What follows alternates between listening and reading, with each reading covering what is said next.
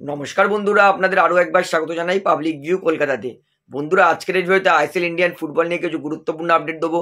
যেমন মোহনবাগান দলকে league champion হওয়ার জন্য আর কটা মাত্র ম্যাচ জিততে হবে, ক্যাসিমোভেরটা কি রেড কার্ড ছিল না, এবং মোহনবাগানের কেন মহাবিপদ বলছি, এবং দেবাশিস দত্ত ডার্বি জেতার পর কি খোঁচা মারলো, সমস্তটা কিন্তু আপনাদের জানাবো। তাই অনুরোধ করা হচ্ছে ভিডিওটা গুরুত্বপূর্ণ হবে, শেষ পর্যন্ত দেখবেন।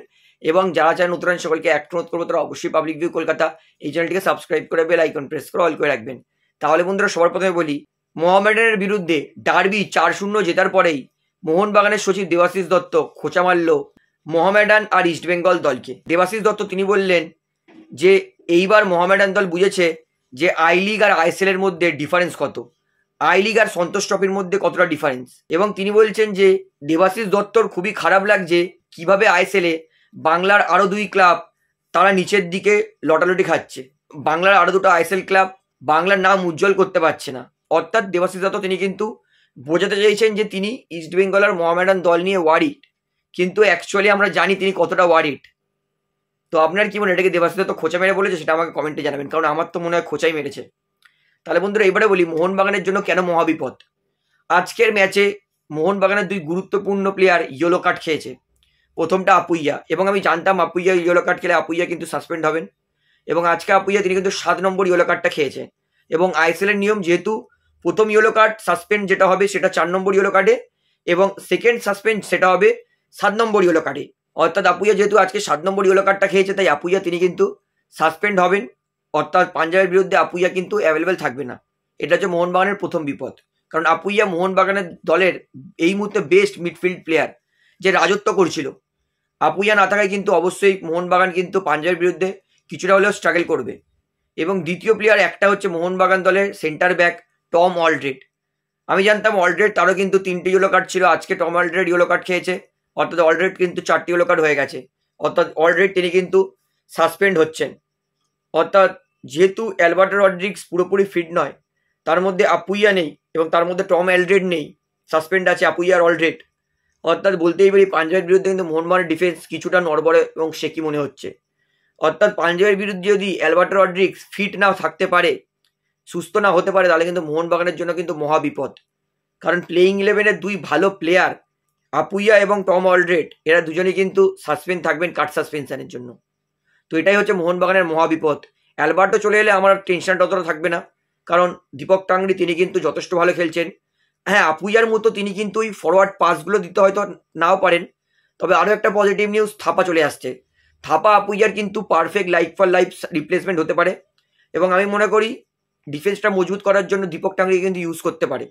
অর্থাৎ মোহনবাগানের জন্য সামান্য চিন্তা থাকলেও কিন্তু এই চিন্তাটা কিন্তু দূর হয়ে যেতে পারে।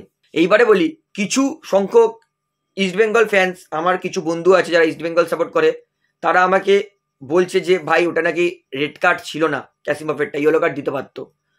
আমি খালি ওদেরকে বললাম, দেখ ভাই, এরপরে আমার আর কিছু বলারই নেই। একটা প্লেয়ার উইদাউট বল দুবার লাথি মেরেছে, লাথিটা যতই আসতে মারুক, তাহলে তো মাঠের মধ্যে সবাই অন্যান্য টিমের প্লেয়ারকে আস্তে আস্তে করে লাথি মেরে বলবে আমি তো আস্তে করে লাথি মেরেছিলাম। তাও ক্যাসিমোভ একবার না দুবার লাথি মেরেছে, যেটা জেনুইনলি অন্যায় এবং পরিষ্কার। যেহেতু মোহামেডান 3 গোল খেয়ে গেছিল 45 মিনিটেই, এবং পারছিল না মোহামেডান কোনোভাবেই, ক্যাসিমোভ ফ্রাস্ট্রেটেড হয়ে গিয়ে সে লাথিটা মেরেছে। সেটা যত জোরেই মারুক, একটা প্লেয়ারকে লাথি ওইভাবে একবার নয় দুবার মারাটাকে যদি কেউ রেড কার্ড না বলে মনে করে, তাহলে আমার আর কিচ্ছু বলার নেই ভাই। আমার জন্য ওইটা 200% জেনুইন রেড কার্ড ছিল। ক্যাসিমোভ রেড কার্ড ডিজার্ভ ছিল, এবং রেড কার্ড সঠিক দিয়েছে রেফারি আদিত্য পুরকাইস্ত। তো আপনার কি মনে হয়, ওটাকে রেড কার্ড হওয়া উচিত ছিল? কারণ আমার অনুযায়ী কিন্তু ওটা 200% জেনুইন রেড কার্ড ছিল, সেটা আমাকে কমেন্টে জানাবেন। তাহলে বন্ধুরা, এইবারে বলি, মোহনবাগান দল লিগ চ্যাম্পিয়ন হতে আর কি করতে হবে। মোহনবাগান এই মুহূর্তে হতে পারে গোয়ার থেকে 2টো ম্যাচ বেশি খেলে আছে, কিন্তু মোহনবাগান পয়েন্টের দিক থেকে গোয়ার থেকে কিন্তু 10 পয়েন্ট এগিয়ে আছে, যেটা একটা মেন্টালি প্রেশার ফেলবে গোয়ার ওপরে, যে ভাই মোহনবাগান আমার থেকে 10 পয়েন্ট এগিয়ে গেছে। হতে পারে আমাদের হাতে 2টো ম্যাচ বেশি আছে, গোয়া মনে করতে পারে যে আমাদের হাতে 2টো ম্যাচ বেশি আছে, কিন্তু 10 পয়েন্ট এগানো মানে একটা হিউজ মেন্টালি প্রেশারের মধ্যে কিন্তু গোয়ার প্লেয়াররা থাকবে। জানবে যে যদি একটু মিস্টেক হয়, একটা ম্যাচ যদি ড্র করে বা পয়েন্ট হেরে যায়, সেক্ষেত্রে কিন্তু বিশাল বড় ফারাক হয়ে যাবে। অর্থাৎ মোহনবাগান যে এই মুহূর্তে 10 পয়েন্ট এগিয়ে আছে, এটা কিন্তু ভীষণ সাইকোলজিক্যাল প্রেশার পড়বে এফসি গোয়া দলের ওপরে। এবং আমি এইটুকুনি কনফার্ম বলতে পারি, মোহনবাগান দলের হাতে আছে আর মাত্র 5টা লিগ ম্যাচ। এর মধ্যে যদি মোহনবাগান 3টেতেও জিতে যায়, সেক্ষেত্রে মোহনবাগান এই মুহূর্তে আছে 43 পয়েন্ট। 3টে যদি জিতলে মোহনবাগানের হয়ে যাবে আরও 9 পয়েন্ট, অর্থাৎ 43 আর 9 হচ্ছে 52 পয়েন্ট। অর্থাৎ 52 পয়েন্টে মোহনবাগান জেনুইনলি, এবং আমি মনে করি এই সিজনে 52 পয়েন্টে কিন্তু মোহনবাগান আইএসএল চ্যাম্পিয়ন হয়ে যাবে, এটা কিন্তু আমার মনে হয়। অর্থাৎ মোহনবাগান লাস্ট 5টা ম্যাচ আছে, ঝপঝপ 3টে জিতে নাও, টেনশনই দূর করে দাও লাস্টের দিকে কি হবে। তো আমি মনে করি মোহনবাগান যদি লাস্ট 5টার মধ্যে 3টেতেও জেতে, মোহনবাগান কিন্তু লিগ চ্যাম্পিয়ন হয়ে যাবে। তো আপনার কি মনে হয়, মোহনবাগান কি এই বছর লিগ চ্যাম্পিয়ন হতে পারবে?